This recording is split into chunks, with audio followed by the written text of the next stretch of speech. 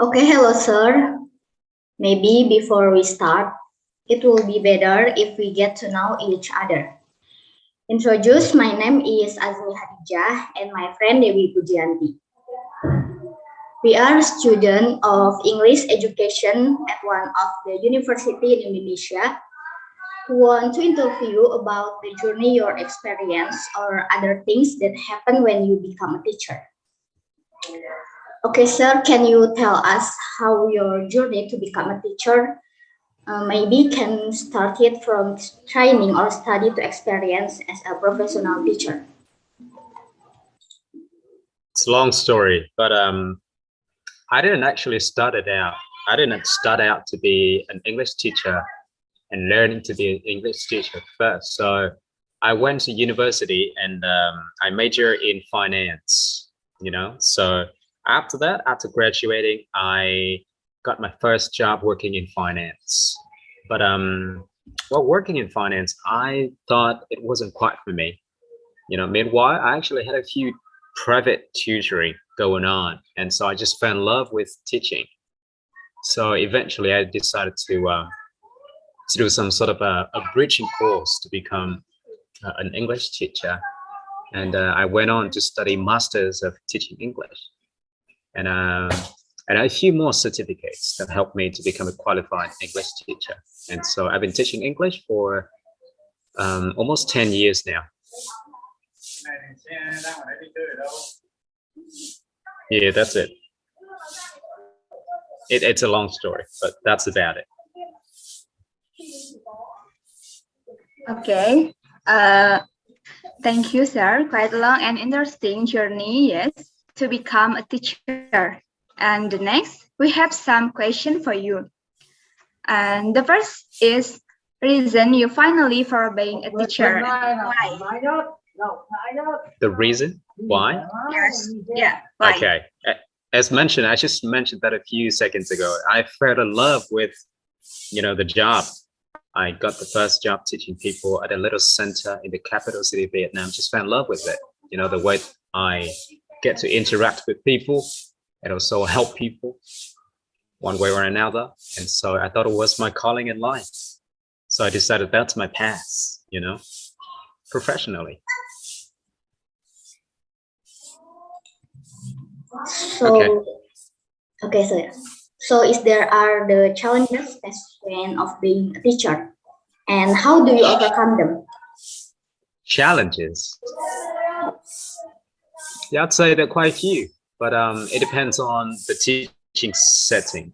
I mean, the environment. So I lived in Australia for some time, and I also taught English to quite a few people there, including foreigners. So by foreigners, I mean the people who do not come from Vietnam as the same country as where I come from. And so I taught some Japanese people. I also taught some Korean people, and now I'm actually teach people who come from all over the world. I run an online English class with more than 1,500 people, and it's still happening now, twice a week, if you guys are interested.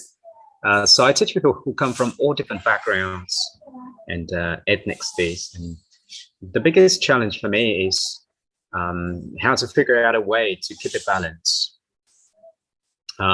teaching people of different levels.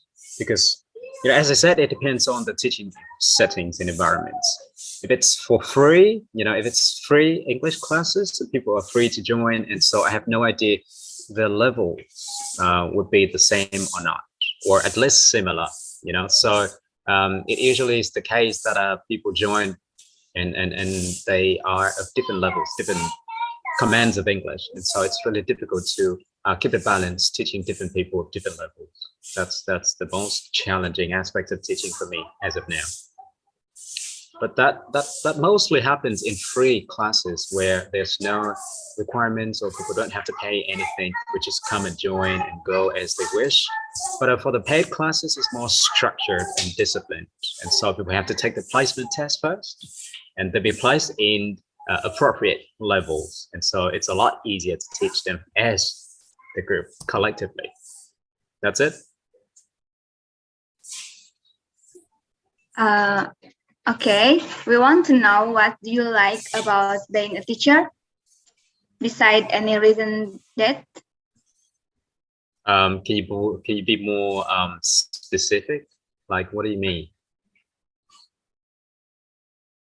Can you rephrase the question, please? Okay, sorry. We want to know what do you like about being a teacher? What do I like about being a teacher?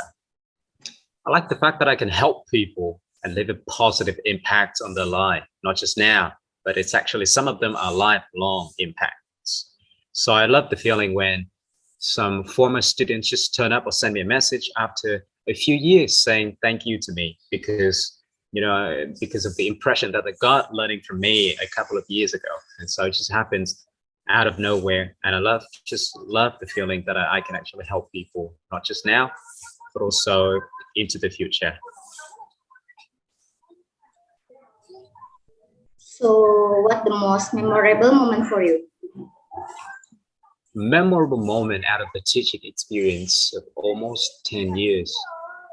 Yes, so I remember about 5 years ago when I was teaching a sort of an intermediate level class at the Vietnam National Economics University. And so after one semester, which lasted about 6 months, the students fell in love with me.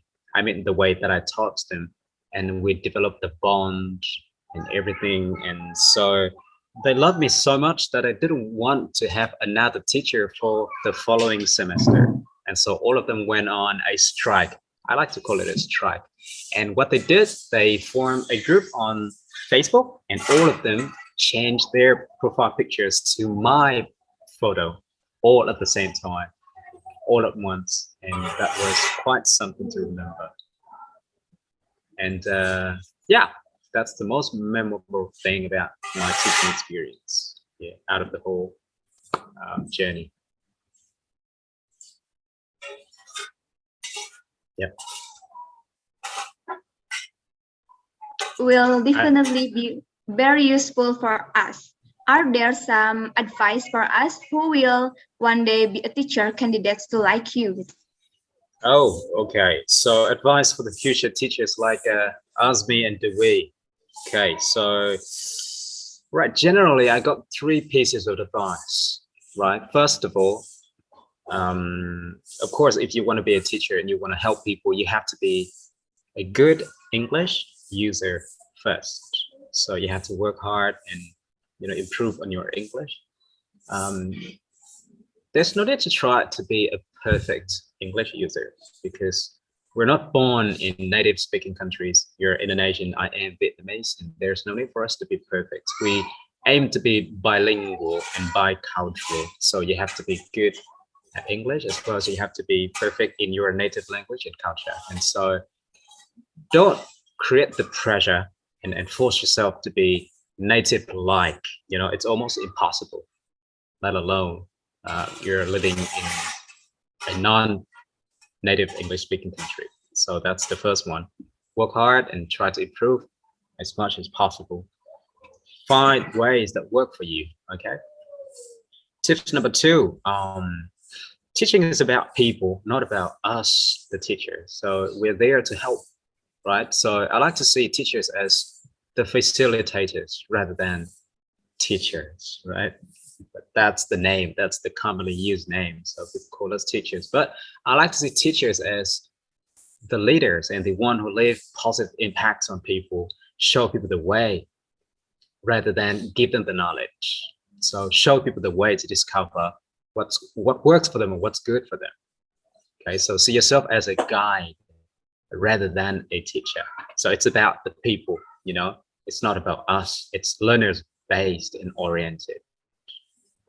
Tips number 3, and also the last one. I mean, I could talk for like 10 points, but I like to finish here on the last point. Point number 3, that is, once your teaching journey is sort of established, once you've got a job, decent payments and everything, start to think about the people in a way that you have to give back to the community. And so start to think about volunteering or running some initiatives to do the good deeds and give back to the community. And so your vibe attracts your tribe. So just do the good deeds and think about the people first, and then everything will start falling into place.